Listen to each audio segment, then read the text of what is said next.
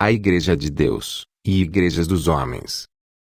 Pressuposto histórico e bíblico: Deus Pai enviou-nos o seu Filho unigênito, para salvar-nos. Ao fazer-se homem, por um nascimento virginal de Maria Santíssima, ele recebeu o nome de Jesus. Antes de começar a sua vida apostólica, Deus Pai autenticou a sua divina missão. Eis o meu Filho muito amado, em quem ponho toda a minha complacência.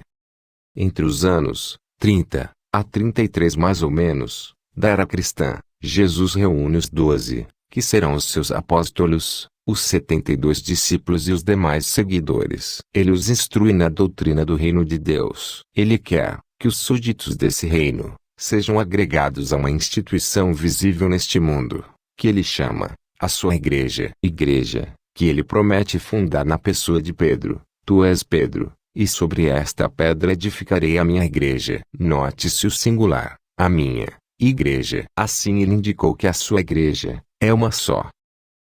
Após a sua ressurreição, Jesus confirmou Pedro na chefia suprema da sua igreja, com estas palavras: apacenta as minhas ovelhas, apacenta os meus cordeiros. Apacenta, quer dizer sobretudo, confirma na fé os irmãos, como meu vigário, e com o carisma da assistência especial que prometi, a ti, e a todos os teus sucessores. Sim, porque, devendo a Igreja de Cristo ser perpétua nesse mundo, Pedro devia ter sempre sucessores no seu cargo. E os papas são os seus sucessores. Porque Jesus garantiu a sua perpetuidade, como igreja visível neste mundo, até o fim dos séculos. Porque é a única, que historicamente, vem desde os apóstolos, que a estabeleceram por toda parte. Ela enche todo esse longo espaço de tempo, com a sua presença vivificadora e transformadora, convertendo, evangelizando e civilizando os povos pagãos e bárbaros nos séculos 4 e 6. Ao passo que as religiões e igrejas ditas crentes tiveram suas origens desligadas e distantes da era apostólica, entre 15 a 20 séculos, pois só começaram no século XVI, tendo por fundador o monge apóstata Martinho Lutero. Embora na antiguidade cristã tenha havido algumas poucas seitas heréticas, arianos, nestorianos, etc., foi, sobretudo, a partir do século XVI, que começou uma verdadeira mania de fundarem-se religiões, ou igrejolas, como se fundam clubes. Há hoje mais de 1000. Tudo fruto do livre exame da Bíblia, inventado por Lutero.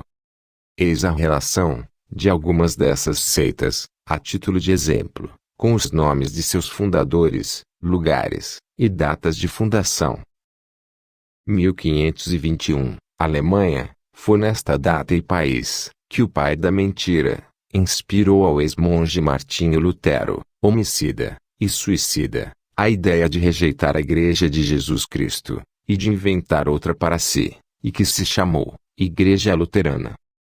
1534, Inglaterra, o rei Henrique VIII, cheio de orgulho e ávido de liberdade sexual, imita Lutero e obriga os seus súditos a se tornarem protestantes. Surgiu a Igreja Anglicana.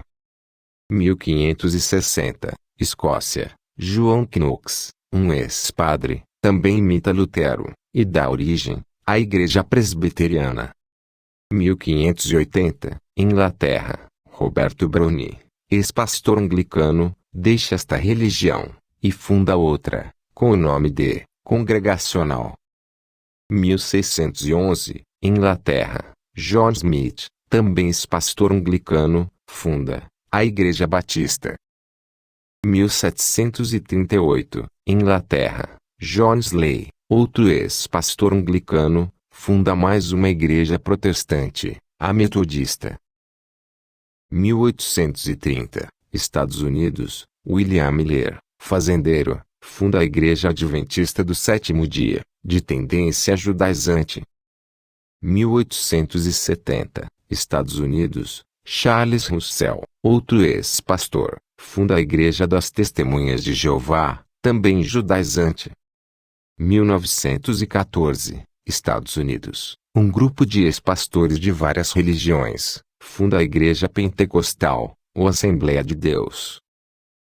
Basta-nos esta pequena lista, porque, seguindo a trilha de Lutero, há sempre evangélicos a inventar novas seitas, que chamam evangélicas. No entanto, são sempre falsas religiões de homens. Caracterizam-se, principalmente, pela ausência de sucessão apostólica e de hierarquia, verdadeiros sacerdotes e bispos. Para as seitas, que chamam seus ministros de sacerdotes e bispos como os anglicanos, ou de bispos, como a seita de Edir Macedo, esses títulos são palavras vazias, desprovidas de qualquer realidade. Eles mesmos se autodenominam bispos, sem qualquer aprovação de alguma hierarquia.